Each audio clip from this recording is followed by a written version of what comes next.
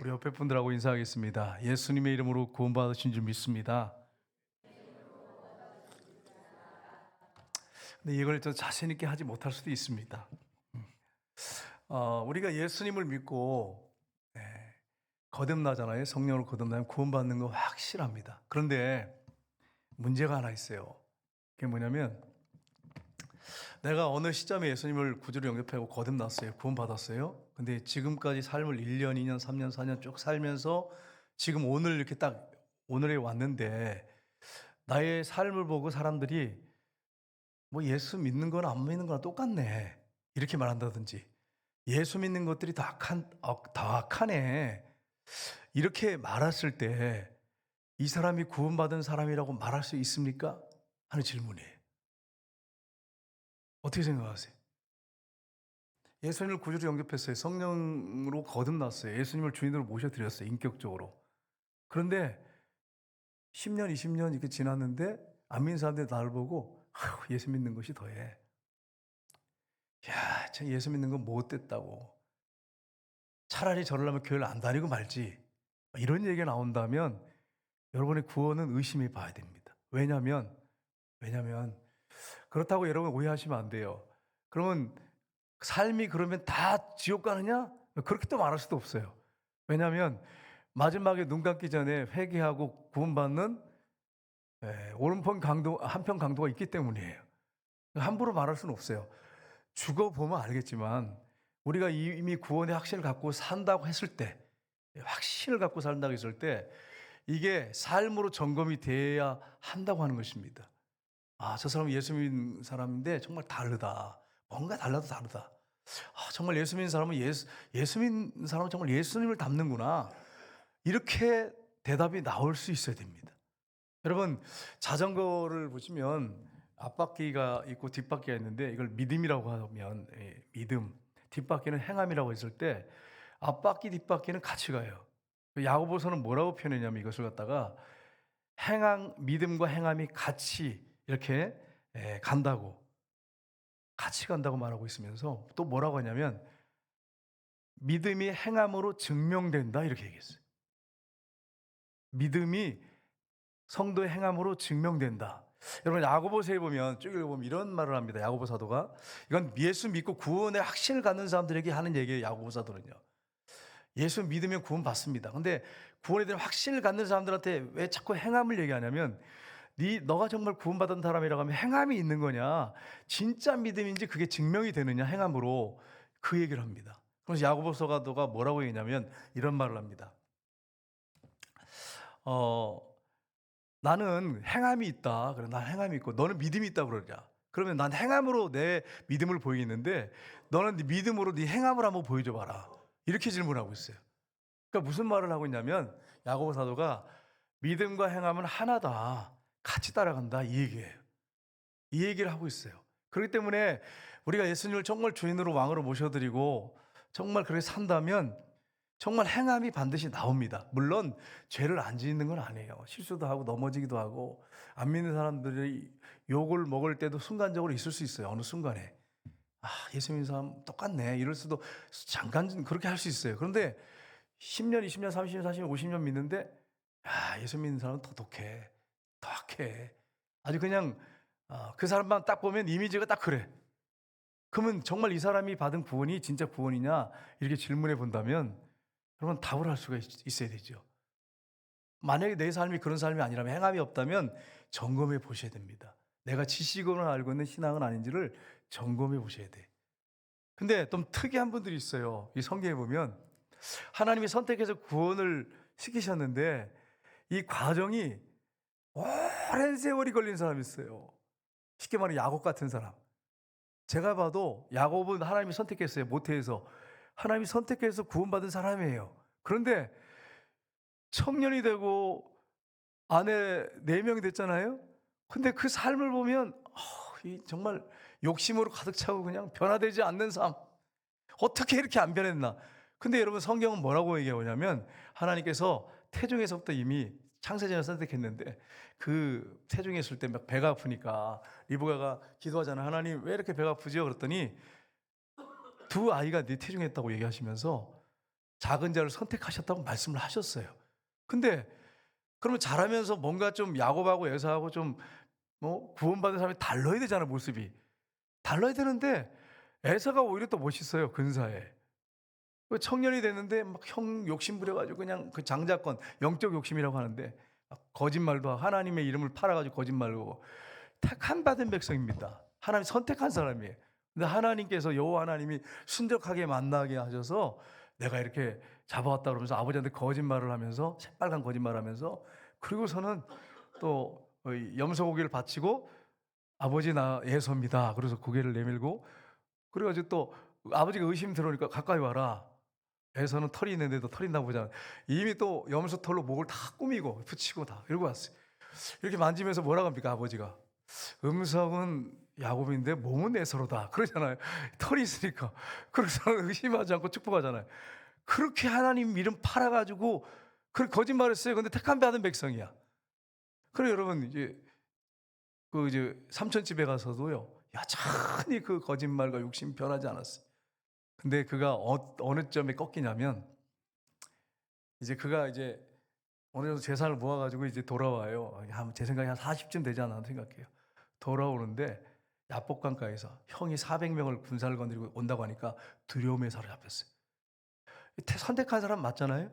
거기서 얼마나 간절히 기도하는지 천사의 허리를 붙잡고 간절히 기도할 때 천사가 허리를 때려 가지고 이 엉덩이 뼈를 유골시켰어요. 그러니까 다리를 떨면서 그때 하나님께 주님이 거기서 천사를 통해서 축복하시잖아요.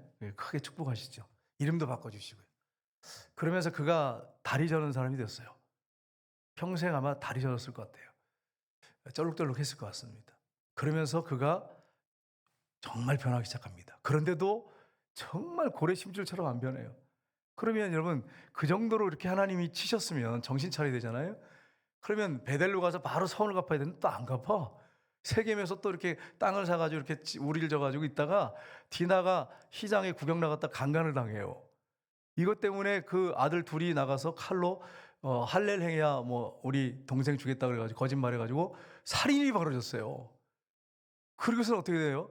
그래서 죽이려고 하니까 그 원주민들이 죽이려고 하니까 도망을 쳐가지고 베델로 다 정리하고 와서 서원을 지키잖아요.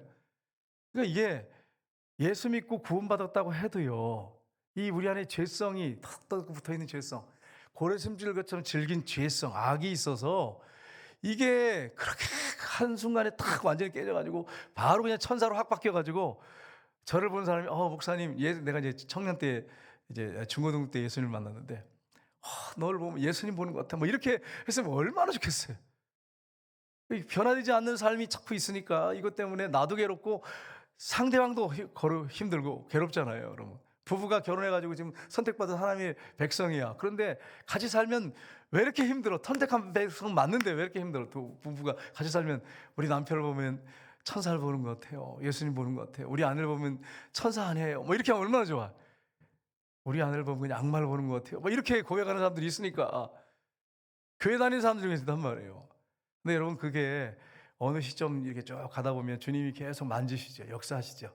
어느 시점 가면 이렇게 꺾입니다. 꺾이면서 점점 성화돼 가면서 어느 순간 되면 정말 하나님이 어떤 분인지 제대로 알아요. 나중에 야곱이 보면 죽으면 죽으리라는 각오로 그런 각오를 해요. 그래서 애굽으로 내려가거든요. 하나님께 아예 자신을 완전히 송두리째 맡겨버립니다. 근데 굉장히 그 성화의 과정이 야곱은 긴 사람이에요. 이삭은 조금 짧았어요. 성경에 보면 좀 인물들이 좀 다 다르더라고요. 이게 똑같지 않습니다. 붕어빵 찍어내듯이 똑같지 않습니다. 어떤 사람은 막 마지막에 선택받은 사람인데 노년이 돼가지고 정말 제대로 완전히 바싹해져가지고 회개하고 겸손하게 돼서 부름받은 사람도 있는가 하면 어떤 사람은 중고등부 때부터 청년 때부터 그런 사람도 있고요. 유기성 목사님 같은 경우는 제가 늘 이제 말씀을 좋아해서 듣는데 목회하면서도 분명히 변화돼서 착하다는 소리 들었는데 본인은 아닌 거예요. 그러다가 이제 동행기를 쓰면서 예수님을 인격적인 동행을 하면서 점점 변화되면서 나중에 사모님이 목사를 보면서 당신을 보면 예수를 보는 것 같아요. 이렇게 고백이 나올 정도로 거의 연세가 드신 다음에 그랬단 말이에요. 그러니까 여러분 이게 그렇다고 해서 오해하시면 안 돼요. 가장 악해가지고 그냥 정말 악한 삶을 살고 막 선택받은 사람이 성령을 거듭났는데 그렇게 사는 건 아닙니다. 오해하시면 안 돼. 그렇게 산다는 거 아니에요. 분명히 변화된 삶이 분명히 있어요. 근데 그 과정 가운데 성화의 과정이 굉장히 긴 사람이 있고요. 금방 안 된 사람이 있고, 좀 이렇게 빨이 이렇게 돼가지고 좀 이렇게 꺾여서 제대로 굴러가는 사람도 있고 그래요.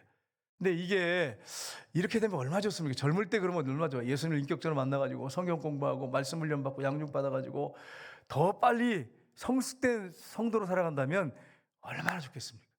이게 참 이게 쉽지 않아요. 네비게이터 선교회가 있는데 성경 공부를 청년들한테 철저시킵니다. 그런데 네비게이터 안에도 문제가 막 생긴 거예요. 그러니까 목사님 한 분이 질문했어요. 그 대표한테. 청년들 그렇게 성경으로 공부하고 양육하는데 왜 이렇게 학생들이 이렇게 문제가 있습니까? 청년들이 문제가 있습니까? 그랬더니 이분이 뭐라고 했냐면, 아직 성숙하지 못해서 그렇습니다. 이렇게 대답을 했어요. 그러니까 여러분, 우리가 이 부분을 우리가 한번 잘 생각해 보시고, 나는 지금 예수 믿고 거듭났어요. 내가 내 자신이 알잖아요. 성령을 거듭나는 시간 알잖아요. 뭐 어느 날짜는 정확히 모르더라도 어느 시점이라는 걸 여러분 알아요. 그때 정말 예수님을 인격적으로 정말 만난 때가 있어요. 그때부터 지금까지 삶에서 나의 변화가 어느 정도 있는지를 점검해 보셔야 됩니다. 만약에 이게 난 전혀 완전히 변화 안 됐다, 똑같다, 더 악해졌다 그러면 지식으로만 아는 구원일 수도 있습니다. 지식으로만 교리화된 지식의 구원일 수 있습니다. 그런데 분명히 그 이후에 변화가 있다고 하는 것이 분명하다면 주님이 여러분을 다루고 계시고 계속 성숙시키고 계시고 분명히 나중에 주님께서 완전히 변화시켜 마지막에 이제 천국 가면 완전히 죄 안 짓고 완전히 영화되죠. 그때가 옵니다. 근데 그게 좀 빨리 되면 얼마나 좋겠어요. 여러분, 우리 모두가 그렇게 됐으면 좋겠어요. 빨리 좀 성화가 좀 빨리 좀 돼가지고 다른 사람들 힘들게 하지 않도록. 그러면 얼마나 좋겠습니까? 근데 이게 더디니까 목사가 되고 장로가 돼도 안 돼가지고 안수집사님이 돼서 안 돼가지고 막 힘든 분들이 많아요. 가정에 힘든 분들이 많아요. 이 부분이 있다고 하는 걸 우리가 염두에 두시면서 오늘 이 욥을 보면요, 욥은 정말로 신실한 사람이구나, 하나님을 제대로 아는 사람이구나 하는 것을 알 수 있습니다. 그래서 오늘 이 본문 말씀을 보면서 이 성도는 욥하고 연결시켜가지고 성도는 심판하실 하나님 앞에서 어떤 삶을 살아야 하는가 하는 부분을 우리가 살펴보기 원합니다. 첫 번째는 성결하고 거룩한 삶입니다. 욥이 성결하고 거룩한 삶을 살았다고 오늘 본문에 자기가 자신을 막 항변하는 거예요. 나 이렇게 살았어. 내가 하나님을 인격적으로 만난 다음에 이렇게 살았어 라고 하는 것을 고백하는 내용인데 1절 2절 한번 볼까요? 한번 같이 읽겠습니다. 내가 내 눈과 언약하였나니 어찌 처녀에게 주목하랴. 그리하면 위에 계신 하나님께서 내리시는 분깃이 무엇이겠으며 높은 곳에 전능자께서 주시는 기업이 무엇이겠느냐. 아멘. 여러분, 하나님이 사단한테 욥을 자랑할 정도로 그렇게 하나님을 제대로 알고 신실했던 사람이라고 하는 것을 이 구절만 봐도 짐작할 수 있어요. 내가 내 눈과 약속을 했다는 거예요. 그래서 돈도 많았거든요, 욥이요. 그 당시에는요, 아브라함 시대이기 때문에 첩을 여러 거둘 수 있었어요. 근데 내 눈과 언약을 세웠다는 거예요. 내가 처녀에게 주목하지 않겠다는 거예요. 여러분, 대단한 겁니다, 이게. 지금부터 6,000년 전이죠. 6,000년 전에. 그렇죠. 2,000년, 4,000년 전에. 4,000년 전에 그랬다면 대단한 겁니다. 와, 어떻게 여러 명의 첩을 둘 수 있는데 내가 처녀에게 어떻게 주목하겠느냐. 내가 내 눈과 약속을 했다. 얼마나 성결한 삶을 사는지 아시겠죠? 그리하면 위에 계신 하나님께서 내리시는 분깃이 무엇이겠으며 높은 곳에 전능자께서 주시는 기업이 무엇이겠느냐. 내가 어떻게 하나님 앞에 상을 받겠느냐. 기업의 상을 받겠느냐. 이렇게 고백을 하고 있습니다. 여러분, 이게 쉽지 않습니다. 이제 날씨가 점점 따뜻해져가지고 얼마나 감사한지 몰라요. 그래서 요즘 보니까 이제 겨울 뭐 안에 이제 내복 같은 거 다 벗으시고 이제 좀 이렇게 반팔 입고 다니시는 분도 계시더라고요. 예, 따뜻해졌습니다. 근데 이제 문제는 뭐냐? 그 여성들이 이제 짧은 치마를 입는단 말이에요. 어떤 분들은 또 그런 얘기를 해요. 목사님, 요새는 짧은 치마밖에 안 나와요. 뭐 할 말 없어요. 그런데 뭐 그렇다는데 어떡하겠어요. 그런데 문제는 뭐냐면 남자는 이 시선, 눈과 후각에 굉장히 예민하고 여기에 잘 넘어져요. 그래서 여러분 욥이 자기 이 눈과 언약을 세웠다는 거예요. 내 눈과 언약, 내가 절대로 처녀에게, 아가씨에게 주목하지 않겠다고 이렇게 고백한 거예요. 여러분, 정말 우리 신앙인들은 이렇게 살아야 되는데 그러지 못할 때 많잖아요. 저도 회개할 때도 많죠. 이렇게 운전하다 보면 그냥 짧은 이렇게 지나가다 보면 이렇게 보다 보면 그냥 제 자신에 대해서 막 낙심이 되는 거예요. 나 이거 왜 이러지? 목사가 돼야지 왜 이러지? 근데 여러분, 하나님이 창조했어요. 여성도 오늘 본문에 나오잖아요. 어머니 뱃속에서 모든 인간을 만들었어요. 근데 우리가 딱 이제 예쁜 아가씨가 지나가거나 예쁜 사람이 지나갈 때 하나님이 창조하신 창조물 참 예쁘다, 이렇게 예쁘다 이렇게 딱 끝내야 돼. 근데 예쁘다다다다다다다다 이렇게 하면 이제 이게 문제가 돼.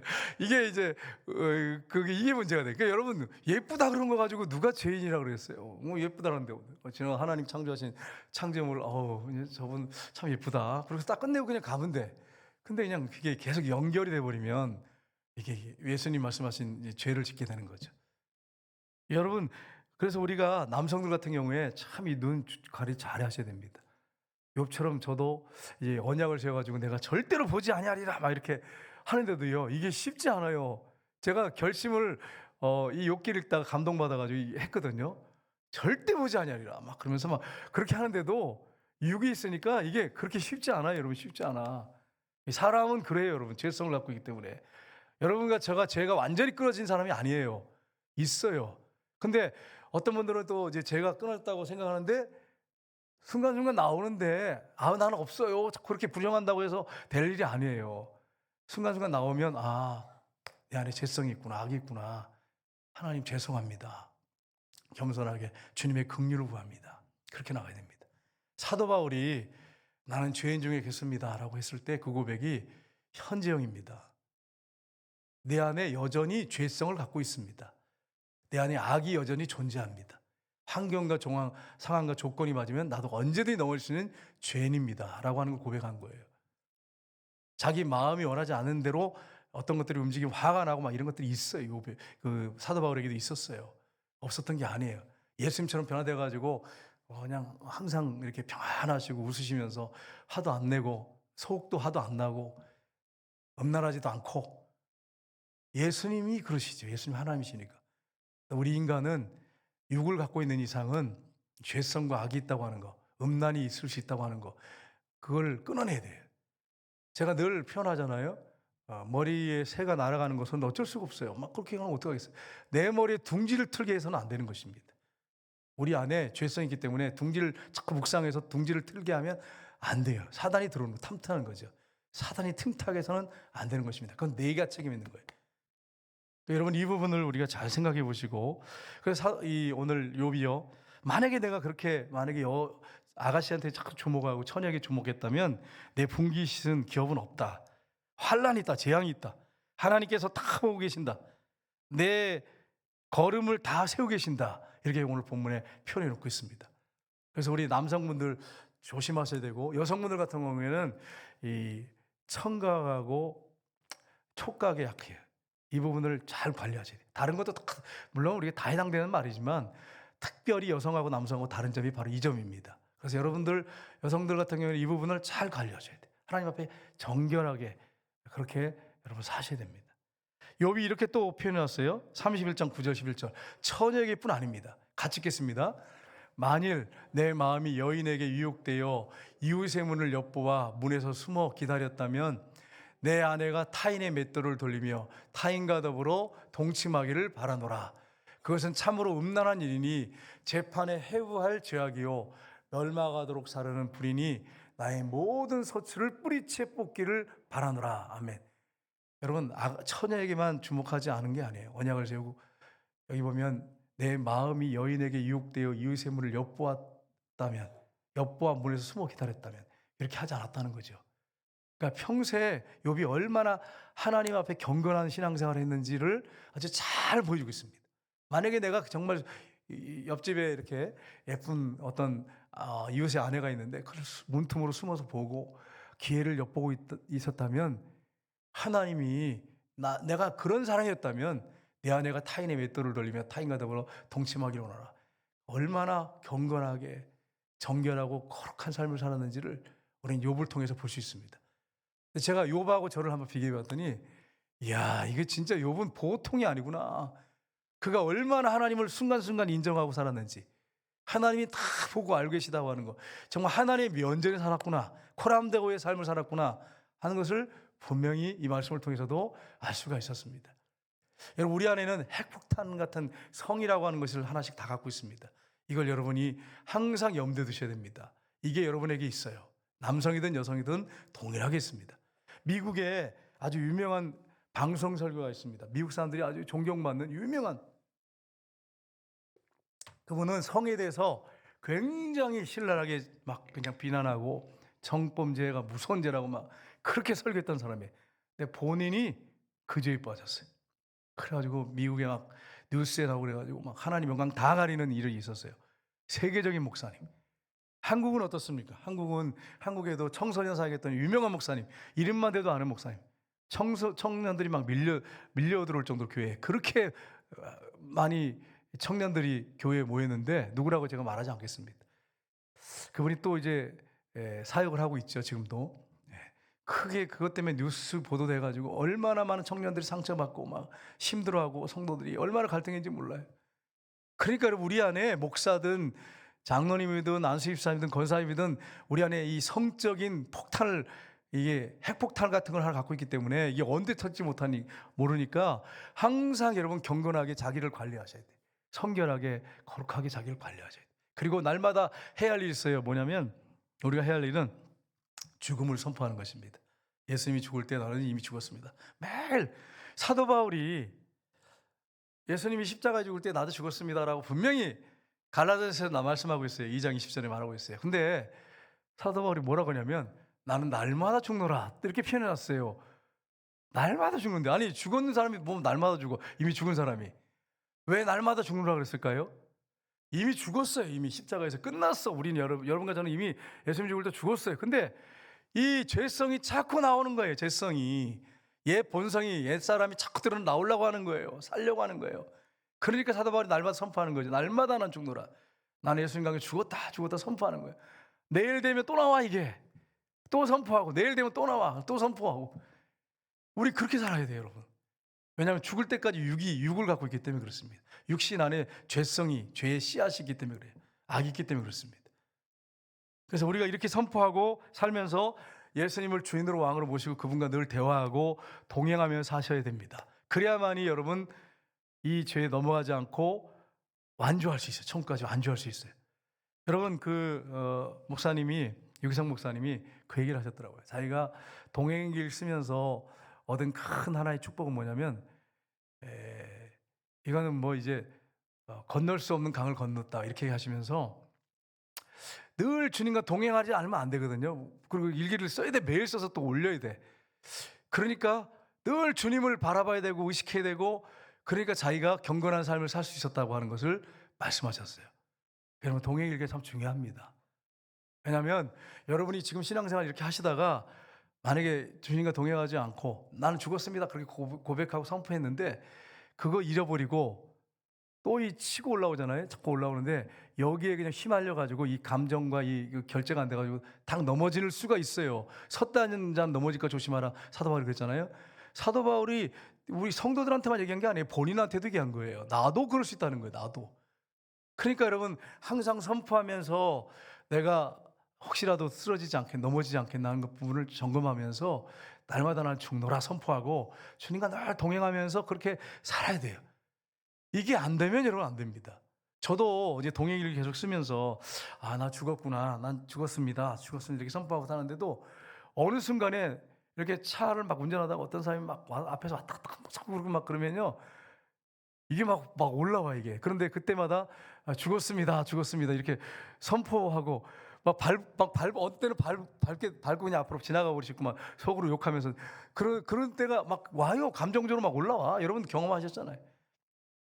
그때마다 주님이 죽을 때 죽었습니다 선포하고, 주님 죄송합니다. 주님 이 차에 타고 계시는데 자꾸 그렇게 하니까 여러분 이게 넘어가는 거지. 안 그러면 여러분 생각해 보세요. 안 그러면 나도 그냥 막 쫓아가서 막 밟고 그냥 앞에서 확 들어가고 안 그러겠어요. 여러분 생각해 보세요. 인간의 죄성이 그래, 인간 죄성이. 여러분, 제가 어느 집사님하고 이제 얘기를 하는데 그 집사님이 그러더라고요. 뭐라고 하냐면, 목사님, 한 번, 두 번까지는 참습니다. 그러나 세 번까지는 내가 어떻게 참습니까? 어떤 분은 세 번, 네 번은 참는데, 근데 계속은 못 참겠습니다. 그럼 여러분, 우리 몇 번까지 참아야 됩니까? 응? 다른 사람한테 몇 번까지 참아야 돼? 성경에 하루에 7번이라도 와서 내가 잘못했다고 고백하면 용서해줘라. 70번씩 7번이라도 용서해줘라. 이렇게 말씀하셨어요. 하나님이 우리한테 그렇게 하시잖아요. 하루에도 우리 수없이 우리 죄성이 올라와서 하나님 앞에 죄를 고백하면 용서해 준단 말이에요. 보혈빛 씻어주고 용서해 준단 말이에요. 근데 우리는 어떻습니까? 손으로 세가지고 이 몇 번째, 이게 지금 12번째네 이거. 이건 진짜 이건 성인이지. 12번 참으면 성인이지. 그리고서는 폭발한단 말이에요. 근데 여러분, 이게 폭발하면 안 되는 거예요. 예, 이게 죄성이 올라온 거예요, 여러분. 잘 참은 거 아니에요. 오해하시면 안 돼. 참는 게 아니에요. 참는 게 아니고 이미 죽었어요. 이미 죽었어. 죽었음을 자꾸 선포하셔야 돼. 그리고 주님이 용서하라고 했으니까 1000번이고 10,000번이고 용서하셔야 돼. 1000번이고 10,000번이고. 난 절대 용서 못합니다. 그러면 하나님 앞에 여러분이 날마다 죄짓는 고백, 회개 하지 마셔야지, 여러분도. 우리도 수없이 용서받는데 하나님 앞에. 하나님이 우리에게 한 것처럼 너희도 그렇게 다른 사람한테 하라는 거예요. 그 말씀을 지금 하고 계시는 거예요. 그래서 여러분, 우리가 정말 성결하고 거룩한 삶을 사는지를 점검해 보셔야 됩니다. 어떤 한 목사님이요, 이렇게 젊은 여집사님들이 오면 눈을 계속 떨어지게 쳐다 못 보고, 일반적으로 우리는 어떠냐면 사람은 눈을 보고 얘기하라는데 눈을 보고 그냥 이렇게 보시고 고개를 이렇게 숙이고 이렇게 하시는 목사님이 계셨어요. 그래서 이제 물어봤어요. 목사님들이 하도 이상해가지고, 아니 왜 이렇게 눈을 못 맞추고 이렇게 사람이 무슨 죄를 전자고 이렇게 보다가 이렇게. 그러니까 이분이 하는 말이, 내가 다 모든 사람한테 그랬냐? 그게 아니고 젊은 여성들한테만 그런다. 혹시나 내가 범죄할까봐 눈 맞춰서 계속 쳐다보지 않고 이렇게 다 고개를 숙이고 이런다고 고백을 하시더라고요. 그러니까 여러분, 이분은 자기 나름대로 내가 하나님 앞에 건건하게 살아야겠다 결심하신 거예요. 평생 만약에 이렇게 사신다면 낫지요. 여러분, 훨씬 낫지요. 경건한 삶에 굉장한 도움이 되지 않겠습니까? 두 번째는 정직하고 공정한 삶입니다. 욥이 자신의 삶에 대해서 얘기하는데 정말 이걸 보면 성도가 마땅히 살아야 할 한 절만 더 보겠습니다. 마태복음 5장 27절 28절 보겠습니다. 2절 마태복음 같이 읽겠습니다. 또 간음하지 말라 했다는 것을 너희가 들었으나 나는 너희에게 이르노니 음욕을 품고 여자를 보는 자마다 마음에 이미 간음하였느니라. 아멘. 여자를 보는 자마다 간음했다고 말씀하지 않았습니다. 마음에 음욕을 품고 보는 자마다 마음에 간음했다 그랬어요. 저 예쁘네 이렇게 보는 거 가지고 죄라고 말씀하지는 않습니다. 내 음란한 마음으로 보면 간음했다 이렇게 말씀하신 것입니다. 그래서 우리 남성들, 여성들도 이 부분을 잘 점검하셔서 하나님 앞에 거룩하고 성결하게 살아야 됩니다. 그리고 두 번째는 정직하고 공정한 삶인데 5, 6절 한번 보겠습니다. 같이 읽겠습니다. 만일 내가 허위와 함께 동행하고 내 발이 속임수에 빨랐다면 하나님께서 나를 공평한 저울에 달아보시고 그가 나의 온전함을 아시기를 바라노라. 아멘. 이 말씀 무슨 말이냐면, 만일 내가 거짓말과 함께 동행하고, 허위가 거짓말을 얘기합니다. 어느 상에 보면 거짓말하지 않았다는 거예요. 그렇다고 여러분, 욥이 그럼 거짓말을 하나도 안 했냐? 그건 아니고요. 정말 거짓말하지 않고 진실 말하려고 했던 사람이라는 것을 알 수가 있어요. 허위와 함께 동행하고 내 발이 속임수에 빨랐다면 이렇게 얘기하고 있습니다. 남을 속이는 이런 사람이었다면 하나님께서 나를 공정한 저울에 달아보시고 하나님의 저울에 좀 달아봤으면 좋겠다고 이렇게 말씀하셨어요. 근데 제가 제 자신의 삶을 한번 이렇게 생각해 봤는데, 하나님이 나의 삶을 저울에 달아보면 어떨까? 그러더니 답이 나오더라고. 답이 나와. 위달이다 이렇게. 그래서 속으로, 하나님 난 위달입니다 이러면서. 예전에 서울에 있을 때 한 자매가 자기는 위달이래. 그래서 왜 위달이냐 그러니까 형제들이 쭉 있는데 그 형제 중에서 좀 부족했나 봐요. 다른 형제보다. 그러니까 아버지가 별명을 하나 붙였는데 미달아 그래가지고 자기가 미달이래. 근데 여러분, 하나님의 저울에 딱 달았을 때 나는 거짓말하지 않고 다른 사람 속이지 않고 그런 삶을 살았느냐? 하나님이 공정한 자로 다뤘을 때 여러분과 저는 어떻게 사느냐 점검해 보실 필요가 있어요. 만약에 이렇게 살지 못했다면 여러분 주님 앞에 참 부끄럽잖아요. 회개하고 주님의 긍휼을 우리가 구해야 됩니다. 정직하고 진실돼야 됩니다. 어, 예수 믿는 사람들은 거짓말하지 말아야 되는데 여러분은 어떠세요? 여러분은 거짓말하지 않고 다른 사람 속이지 않고 정직하십니까? 이제 이게 율법으로 딱 들리면 어떻게 되냐면 이게 참 힘들 수 있어요. 거짓말하지 않는 사람이 없거든요. 목사님들도 거짓말하는 경우가 많아요. 전화 오고 그러면은 옛날에 그랬어요. 거짓말 많이 하셨어요. 없다 그래라, 없다 그래라 그래가지고. 그래서 어떤 애는 심지어는 아빠가 없다 그러라 그래요. 그것까지 붙여가지고 그래서 망신당하는 목사님도 계셨어. 애가 순진하니까. 거짓말을 여러분 이게 거짓말 이거 여러분 이 거짓말은 죄가 아닌가요? 여러분 이제 있는데 옛날로 하면 지금은 핸드폰으로 오니까 그냥 꺼버리든지 아니 그냥 뭐 모드를 바꿔버리든지 하겠지만 옛날 같은 경우에는 그런 경우가 많았거든요. 누가 찾아오면 없다 그러고 막 그렇게 거짓말하고. 여러분 이게 죄가 아닙니까? 여러분 죄가 아니에요? 죄예요, 죄예요. 근데 이 죄가 아니라고 생각하는 분 많아요. 물론 그 사람의 어떤 유익, 나한테는 전혀 그게 아니고 그 사람에게 유익이 되고 그 사람을 위해서 살짝 이렇게 돌려서 얘기할 수 있어요. 예, 크리스찬들도 많이 하잖아요, 솔직히 얘기해서. 근데 그것도 그냥 신중하셔야 됩니다, 그분도. 그러다 나중에 들통나면, 거짓말로 들통나면 이것도 문제가 된단 말이에요. 그러니까 여러분 이 부분을 우리가 잘 생각하면서 주님과 동행하면서 순간순간 뭘 구해야 되냐면 지혜를 구해야 됩니다. 지혜를 구해야 돼요. 네. 그 한 목사님이 그러시더라고요. 음, 교회에 어떤 분이 한 분 계시는데 자기를 너무 힘들게 한대. 그런데 이런 얘기 하시는 거예요. 소가 없으면 구유가 깨끗하려니와 소가 있음으로 얻는 것이 많으니라 이러시면서 그러면서 그냥 그분이 다 힘들게 하는데 그가 있으니까 또 필요한 게 있다는 거예요. 필요한 것들이 이렇게 교회에 일어난다는 거죠. 근데 그분 앞에서는 또 뭐라고 하냐면 이제 집사님 잘하고 계세요. 화가 나지만 분노가 막 끓어오르지만 잘하고 계세요. 집사님 정말 충성도가 정말 높으시네요. 이러면서 참 이게 이 정직이 어디까지 정직해야 되는지 참 이게 쉽지 않습니다. 그러나 하나님 앞에 지혜를 구하고 순간순간 주님과 동행하면서 여러분과 제가 바른 말을 하셔야 돼요. 그렇지 않으면 안 돼요. 성격상 안 되는 분도 있어요. 돌려서 말하는 경우가 있고 하다 보니까. 그다음에 여러분 욥을 보시면 아랫사람에게 정직하고 공정했습니다. 13절 15절 한번 볼까요? 같이 읽겠습니다. 만일 남정이나 여정이 나와 더불어 쟁론할 때 내가 그의 권리를 저버렸다면 하나님이 일어나실 때에 내가 어떻게 하겠느냐? 하나님이 심판하실 때에 내가 무엇이라 대답하겠느냐? 나를 태에서 만드신 이가 그도 만들지 아니하셨느냐? 우리를 뱃속에서 지으신 이가 한 분이 아니시냐? 아멘. 여러분 지금부터 4,000년의 남종과 여종은요 사람 취급받지 못했습니다. 짐승 취급받았어요. 가구 취급받았어요. 그런데 남종과 여종이 나와 더불어 논쟁할 때에 내가 그의 권리를 저버렸다면 이렇게 말하고 있습니다. 정당한 대우를 그가 해줬다는 거예요. 남종과 여종에게도 정당한 대우를. 지금부터 4,000년 전에. 그러니까 하나님을 섬기던 사람은 달랐다고 하는 거, 삶이 달랐다고 하는 것이 여기서 확실하게 증명되죠. 만약에 내가 그렇지 않았다면 하나님이 일어나실 때 내가 어떻게 하겠느냐. 그러면서 하나님이 내가 주인이고 종이 있으면 나를 만드신 하나님이 저 여종이나 남종도 만들지 않았느냐. 뱃속에서 동일하게 만들지 않았느냐. 이렇게 말하고 있습니다. 여러분 예수 믿는 사람들이요. 참 답답하고 가슴 아픈 게 있어요.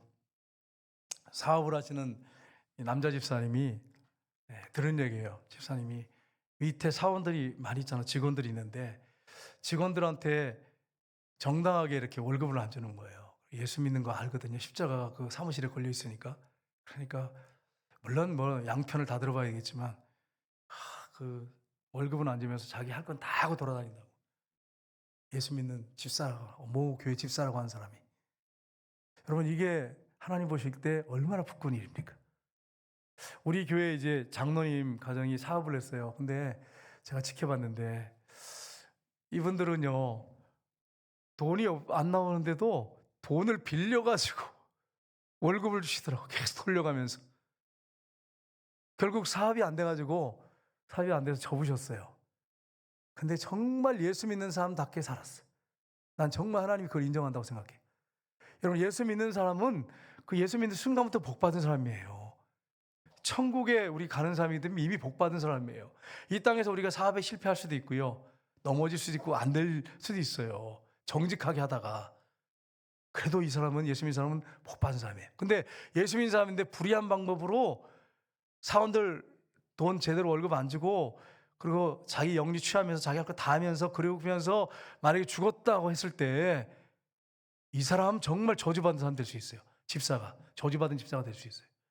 근데 정당하게 돈을 빌려서라도 월급을 주면서 결국 접으셨지만, 야, 난 그걸 보면서 뭘 하나 느꼈냐면, 아, 예수 믿는 사람은 저렇게 해야 돼. 그런 생각을 했어요. 예수 믿는 사람은 저래야 돼. 망하더라도 저렇게 해야 돼. 예수 믿는 사람은 그렇게 살아야 됩니다. 욥이 지금 그 얘기를 하고 있는 거예요. 그럼 예를 들어서 여러분, 만약에 어떤 집사님이 있는데 부당한 방법으로 돈을 막 벌어요. 월급을 제때 안 주면서, 그러면서 돈 벌어갖고 막 좋은 자가용 외제차 타고 다니면서 떵떵거리며 살아요. 그리고 교회 와서 집 와서 헌금 잘하고 11조 많이 하고, 그리고 사람들한테 예수 믿더니 축복받았습니다, 그 소리 들으면서. 이게 여러분 공정한 겁니까? 하나님 보시기에 사람한테 그렇게 받을지 모르겠지만 하나님 앞에 가면 심판받을 일이에요. 그러니까 예수 믿는 사람들은 정말 어떻게 보면 좀 이렇게 불이익을 당하는 사람들 있잖아요. 나를 통해서. 이런 사람들 잘 챙기셔야 돼. 손해보지 않도록 하셔야 됩니다. 이거 안 하면 안 돼요. 욕먹을 일이에요. 그런 모습을 보고 누가 예수 믿겠어요? 예수 안 믿지요. 전도문을 완전히 가려요. 전도는커녕 전도문을 막아버려요. 예수 믿는 사람들 정말 망하더라도 정직하게 하셔야 돼. 다른 사람들을 배려하셔야 돼. 에베소서 6장 7절 9절에 보시면 이렇게 말씀하고 있습니다. 같이 읽겠습니다. 기쁜 마음으로 섬기기를 주께 하듯 하고 사람들에게 하듯 하지 말라. 이는 각 사람이 무슨 선을 행하든지 종이나 자윤이나 주께로부터 그대로 받을 줄을 알미라. 상전들아, 너희도 그들에게 이와 같이 하고 유업을 그치라. 이는 그들과 너희 상전이 하늘에 계시고 그에게는 사람을 외모로 취하는 일이 없는 줄 너희가 암이라. 아멘. 믿는 사람들한테 한 얘기예요. 믿는 사람들 중에 그 당시에 초대교회 때 종들도 많이 예수 믿게 되고 주인들 중에서도 예수 믿는 사람이 있었어요. 상전들한테 뭐라고 합니까? 위협하지 마라고. 밑에 사람 갑질하지 마라. 쉽게 말하면 갑질하지 말아라. 이는 그들과 너희의 상전이 하늘에 계시고 그에게는 사람을 외모로 취한 일이 없는 줄 너희가 압니다. 종이라고 상전이라고 하나님께서 차별하지 않으신다는 거예요. 동일하게 보신다는 거예요. 예수 믿는 사람들 정말 갑질하시면 안 됩니다. 정말 힘들고 어려운 사람들 배려할 줄 알고, 또 내 밑에 속해 있는 사람들을 살필 줄 알고, 그게 진정한 그리스도인입니다. 교회에서 인정받으시려고 하지 말고 회사에서, 직장에서 인정받으셔야 돼. 그래야 진정한 크리스찬입니다. 그걸 여기서 분명히 보여주고 있습니다. 제가 들은 얘기인데, 어떤 장로님인데, 이 장로님은 법통이에요. 법통. 교회법 아니고 세상법도 법통이야. 이 법을 가지고 그냥 그 자기 땅도 아닌데 그냥 어떻게 여러 가지 걸린 게 있었는데, 그걸 세상 법을 이용해서 남의 집 땅을 뺏는 장로가 있었어요. 들은 얘기예요. 어떤 남자 집사님도 그런 짓을 한 집사님이 있었어요. 여러분 죄송해요, 그런 짓이라 그래서. 그렇다고 좋은 일 한 게 아니잖아요. 그런 짓이지. 그런 교회 다니는 분이 있어요. 여러분, 이게 얼마나 하나님 보실 때 부끄럽고 수치스러운 일입니까? 이렇게 크리스찬이 살면 안 되지. 욥은 그렇게 살지 않았다고 분명히 이야기하고 있습니다. 정말 아랫 사람들을 잘 돌보고 그렇게 살았다. 세 번째는 성김과 구제의 삶입니다. 욥은 가난한 자를 불쌍히 여기고 섬겼습니다. 욥기 31장 16절 18절 보겠습니다. 같이 읽겠습니다. 내가 언제 가난한 자의 손을 막았거나 과부의 눈으로 하여금 실망하게 하였던가. 나만 혼자 내 떡덩이를 먹고 고아에게 그 조각을 먹이지 아니하였던가. 실상은 내가 젊었을 때부터 고아기를 그의 아버지처럼 하였으며 내가 어렸을 때부터 과부를 인도하였느니라. 아멘. 여러분, 욥이 진짜 신앙이네요. 보세요. 가난한 자의 손을 들어줬어요. 과부를 실망시키지 않았대. 그 당시 과부는 직장을 못 얻었습니다.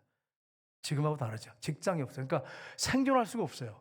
그런 과부들을 챙겨서 살 수 있도록 해줬다는 거예요. 나 혼자만 떡덩이 먹고 그러지 않았다는 거예요. 고아에게 그 조각을 주고, 젊었을 때부터 고아 기르기를 그 아버지처럼 하였으며 내가 어렸을 때부터 과부를 인도하였느냐. 여러분, 이렇게 살면, 오늘날 이렇게 살면 안 믿는 사람들이 뭐라고 얘기할까요? 아, 예수님 닮았다고, 예수님 같다고. 정말 이렇게 사는 거예요. 예수님 같이 살았어요, 정말로. 근데 이 말씀 보면서 여러분 생각나는 말씀 없습니까? 부자, 자기 집 앞에 헌대를 앓고 앉아있는 부자가 자기는 매일 화호식하는데 거지 나사로에게 먹을 걸 주지 않고 그렇게 살다 지옥에 떨어지지 않았잖아요? 떨어졌잖아요. 근데 뭐라고 하냐면 아버지 아브라함이여 이러면서 지옥에서 얘기하잖아요. 이분이 성도인지 아닌지는 모르겠지만 뭐 하나님 모르는 사람은 아니잖아요, 분명히.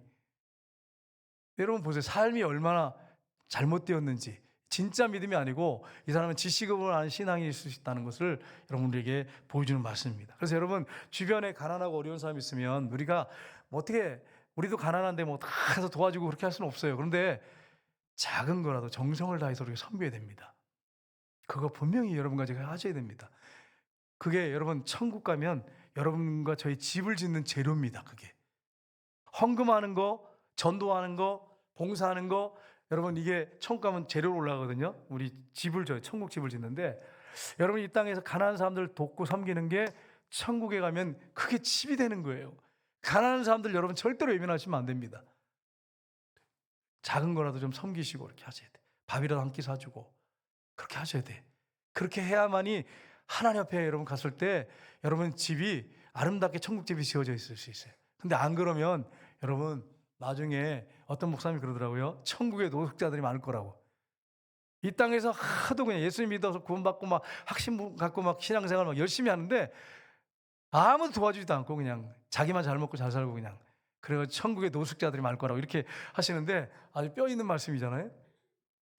여러분과 제가 혹시 그 부분 노숙자에 들어가지 않나 이런 부분을 잘 생각하셨어요.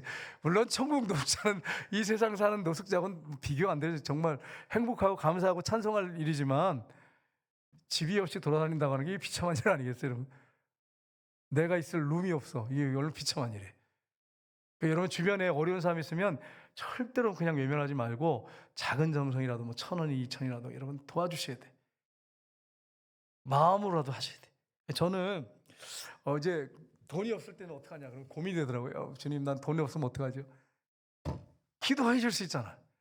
그래서 제가 돈 없을 때는 기도를 해줘요. 이렇게 머리에 손을 얹고 기도해줘. 어려운 사람, 불쌍한 사람들 오면 있잖아요. 노숙자들 오면 이렇게 손을 얹고 기도해줘. 왜냐하면 줄 게 없으면 어떻게, 손을 얹고 기도라도 해줘야지. 축복해줘야지. 예수 믿게 해달라고.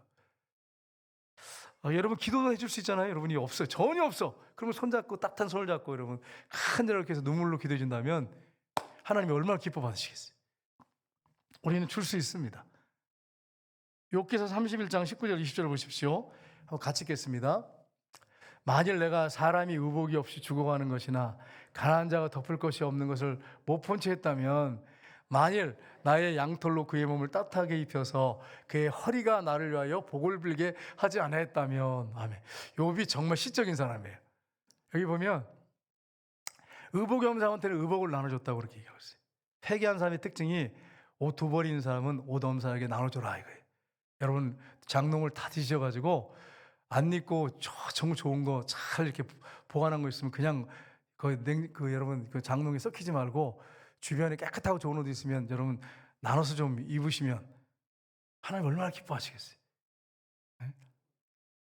그리고 가난한 자가 덮을 것이 없으면 덮을 것을 주고, 양털로 그의 몸을 따뜻하게 하여 그의 허리가 나를 위하여 복을 빌게. 허리가 어떻게 복을 빌겠어요? 따뜻하게 해주니까 얼마나 그 따뜻함을 느껴가지고 자동으로 복을 빌겠죠. 그 사람을 위해서. 이렇게 살았다는 거예요. 예수 믿는 사람이 이렇게 살아야 됩니다. 아무도 거들떠보지 않는데 저분이 나한테 이렇게 따뜻하게 해줬다고, 이렇게 나에게 따뜻하게 옷을 입혀줬다고, 먹을 걸 줬다고, 그렇게 여러분 하면서 하나님 앞에 저 예수 믿는 사람인데 저런 사람이 복 받아야지 누가 복 받냐고. 이렇게 여러분이 한다면 여러분 복 받는 사람이 되는 거예요. 여러분과 제가 복 받는 사람이 되는 거예요. 욥은 하나님의 심판을 두려워했습니다. 23절에 보시면 한번 같이 보겠습니다. 나는 하나님의 재앙을 심히 두려워하고 그의 위엄으로 말미암아 그런 일을 할 수 없느니라. 그러니까 욥이 이렇게 산 이유가 뭐냐면 하나님의 눈앞에 살았을 뿐 아니라 하나님의 심판대 앞에 산 거라고 하는 것을 염두에 두고 살았다는 거예요. 여러분과 저도 심판대 앞에 섭니다. 어떤 심판이냐? 상급에 대한 심판을 받습니다. 심판대 앞에 섭니다. 목사님 어디 나오는데요? 성경에 보면 예수님 말씀하셨죠. 그때 마지막 심판대입니다. 양과 염소를 이렇게 모으는 것처럼 모은다고 말씀하셨어요. 심판대입니다. 심판대. 그래서 양들은 오른편에 염소는 왼편에 두신다고 말씀하셨어요. 그래서 이렇게 말씀하십니다. 그 양들을 향해서 아버지께 복을 받은 자들이요. 여러분과 저는 복을 받은 자들이에요. 예수 믿는 사람. 복을 받은 자들이요. 아버지께서 창세로부터 준비해 놓은 그 나라를 상속받아라. 이렇게 천국을 상속받아라. 이렇게 축복하죠. 근데 왼편은 염소들한테, 이 염소들이 여러분 생각해 보세요. 이 염소들은 안 믿는 사람을 얘기할 수도 있지만 교회 다니는데 지식으로만 알고 진짜 예수님 실제가 아닌 사람, 인격적으로 못 만난 사람일 수 있습니다. 염소들한테 뭐라 하냐면 저주를 받은 자들아, 하나님께서 사탄과 그의 사자들을 위해 준비한 영원한 지옥에 들어가라, 이렇게 얘기했어요. 영원한 지옥에. 얼마나 무섭습니까 여러분. 보세요. 사단과, 우리를 위해서 준비한 게 아니에요. 지옥은 사단과 그의 사자들을 위해서 준비된 지옥에 들어가라, 이렇게 말씀하세요. 영원한 지옥에, 영원한 불에. 여러분 마지막 심판대 앞에 만약에 여러분과 제가 섰는데 영원한 불 속에 들어가게 된다면 한번 생각해 보셔야 돼요. 끔찍한 일이죠. 이런 일은 정말 없어야 됩니다. 여러분과 제가 만약에 이런 일이 벌어진다면 여러분 정말 이건 정말 이건 진짜 저주받은 거예요. 안 믿는 사람 저주받은 사람 맞습니다. 안 믿는 사람들은 본인들은 인정하지 않을지 모르겠지만 저주받은 사람입니다. 예수님을 인격적으로 모시고 동행하지 않은 사람, 영적으로 하면 저주받은 사람 맞습니다.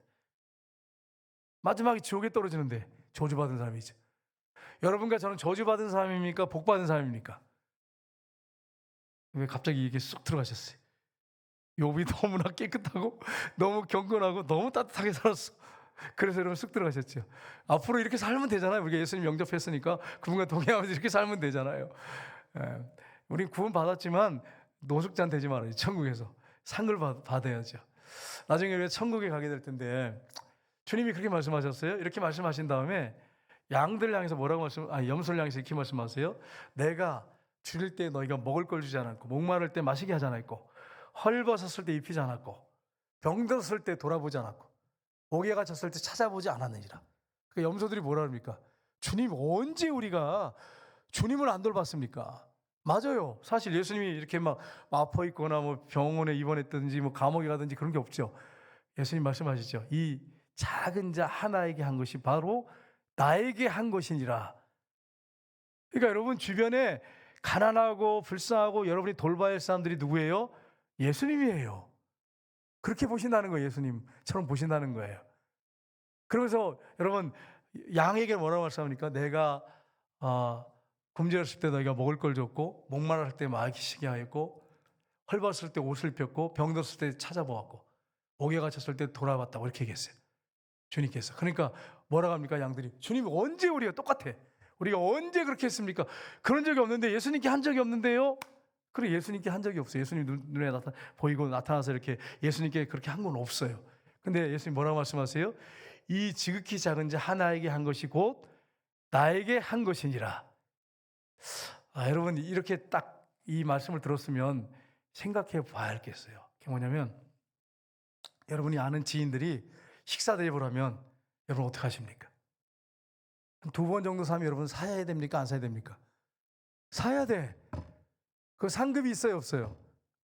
없어. 무슨 상급이 있어? 내가 대접받고 대접해 주는데 무슨 상급이 있어요? 그럼 여러분 어떻게 누굴 대접해야겠습니까? 그 사람이 나한테 대접할 수 없는 사람, 그렇게 어려운 사람을 대접하셔야 돼. 그럼 그 사람이 어떻게 할까요? 자기가 대접할 게 없어. 그러니까 어떡합니까? 축복하죠. 성경에 그렇게 말씀하고 있어요. 그 제가 서울에 있을 때 이름이 김수일이라고 하는 장로님이 계셨어요. 김수일 장로님. 이 장로님이 뭐라고 하시냐면 저한테, 목사님, 저는 집에 잔치할 때 교인들 초청하지 않습니다. 그래요. 제가 충격을 먹었어요. 그렇다고 해서 여러분 신방하고 뭐 장로님들 뭐 와서 한번 식사하고 이런 걸 전혀 안 한다 그런 얘기 아니에요. 일반적으로 생활 속에 그렇다는 거예요. 다른 교회 성도들을 초청하지 않습니다. 그래서 제가, 아니 장로님, 그럼 누굴 초청합니까? 이렇게 질문했어요. 그랬더니 주변에 이렇게 봐서 가난한 사람들, 불쌍한 사람들, 어려운 사람들, 노숙자들 있으면 집에 데려다가 자기가 식사를 먹이신다고 그렇게 하더라고요. 대접한대. 그래서 장로님 왜 그렇게 하세요? 그랬더니 그렇게 하라고 주님 말씀하셨잖아요. 저한테 그러시더라고요. 그래야 상급이 있다고 말씀하셨잖아요. 난 그 얘기 듣고 지금도 그 얘기를 잊지 못해요. 그러니까 여러분, 집에를 꼭 그렇게, 여러분 지금 요즘에 참 이게 쉽지 않아요. 여성들이, 여러분 만약에 우리 이제 박수 집사님이 좀 이렇게 사랑이 많을 것 같은데, 정장호 집사님이 이제 막 거지를 데려가서, 노숙자를 데려가서 여보 밥 차려줘 그러면 마음이 어떨까요? 예, 우리 박수 집사님은 뭐 기쁨을 할 거예요. 그래서 제가 지금, 그래서 지금 말씀드리는 거예요. 근데 여러분, 정말 그렇게 이게 쉬운 게 아니잖아. 이게 쉬운 게 아니잖아요. 생각해 보세요. 노숙자 데려다가 밥을 먹이는 거 여러분 허락하시겠어요? 뭐 교회 집사님들을 뭐 집에 데려다가 식사를 하는 것도 막 이렇게 부담스러워가지고 한이 많이 막 이러는데, 노숙자나 거지를 데려다가 밥을 먹인다는 게 이게 쉬워요, 여러분? 여러분과 제 평생에 이렇게 한번 해봤으면 좋겠어요. 성경에 이렇게 하라고 돼 있는데 우리는 안 하고 있어요. 여러분, 그렇게 했을 때 이 사람이 갚을 게 없으니까 축복을 한다잖아요. 그러면 그 축복이 여러분한테 다 온다고 말씀하시잖아요. 노숙자 사역 하는 교회들도 있습니다. 우리 교회도 그렇게 하면 하나님이 은혜 주신다면 얼마나 좋겠어요. 그런 교회가 됐으면 참 좋겠어요. 어려운 사람들을 섬겼으면 참 좋겠어요. 그게 축복이에요. 여러분, 그 선한 목자교회도 그 노숙자 사역을 하셨어요. 그래서 밥을 먹였는데 말도 많고 막 시끄럽고요. 교회에서 권사님 집사님들 싸우고요. 막 난리가 아니었대. 난리가 아니었대. 아니 노숙자 섬기는데 그 불쌍한 분들 뭐 식사 먹이는데 왜 이렇게 난리를 치고 막 싸우고 막 왜 그래 왜? 나중에는 이제 제자 훈련도 하시고 계속 양육하고 말씀하셔서 이제 하나 되고 그래가지고 잘 섬겼지만 이게 그렇게 쉬운 일이 아니에요. 쉬운 일이 아니에요. 근데 주님은 우리에게 그렇게 하라고 말씀하셨어요. 그래서 여러분과 제가 해야 할 일이, 주변에 정말 갚을 곳이 없는, 내가 볼 때 정말 내가 섬겨야 할 사람이 있다면 그분을 섬기십시오. 집에 못 데려오거든 먹을 거라도 해서 갖다 주고, 반찬이라도 좀 갖다 주고, 찰밥이라도 좀 갖다 주고, 그렇게 섬기시면 여러분, 그게 여러분에게 상급이고 천국 집의 재료가 됩니다. 짐 뒤지는 게. 이렇게 산다면 얼마나 보겠어요. 욥을 보세요. 욥이 지금 이렇게, 나는 욥을 이걸 본문을 보면서 무슨 생각을 하냐면, 이야, 욥은 어떻게 이렇게 살 수 있냐. 부자가, 그것도 큰 부자가. 야, 이거 정말 성도가 마땅히 살아야 할 삶을 살고 있구나. 이게 딱 눈에 들어오더라고요.